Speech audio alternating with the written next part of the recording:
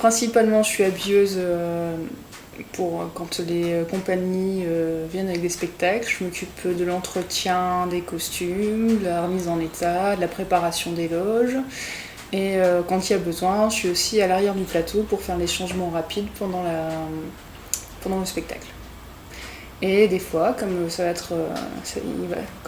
être cette semaine, je vais aussi faire un peu de couture avec le costumier qui réalise les costumes du spectacle Blackbird.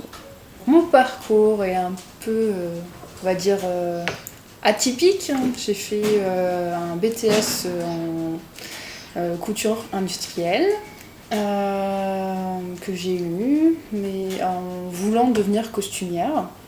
Je me suis un peu trompée dans les orientations. Du coup, je ne savais plus trop quoi faire à la fin de ce BTS. Je suis partie en licence de tourisme, d'aménagement du territoire et urbanisme précisément.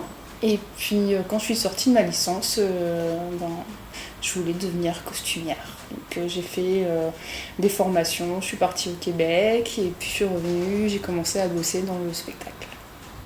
J'aime toucher la matière, voir comment sont faits les costumes, parler avec les gens, les mettre à l'aise, qu'ils soient le mieux possible pour réussir ce qu'ils ont à faire sur scène.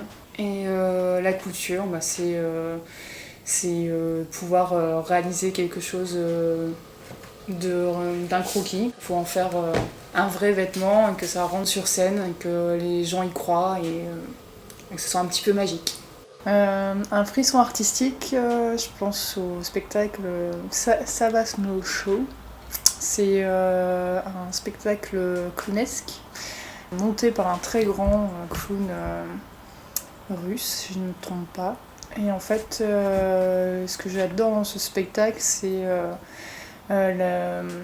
le côté onirique et poétique qu'il arrive à amener avec un peu de décor, de superbes costumes, et puis il y a une interactivité avec le public qui est vraiment impressionnante, et on est vraiment projeté dans un autre monde pendant l'heure et demie que dure le spectacle. Je le conseille à tout le monde.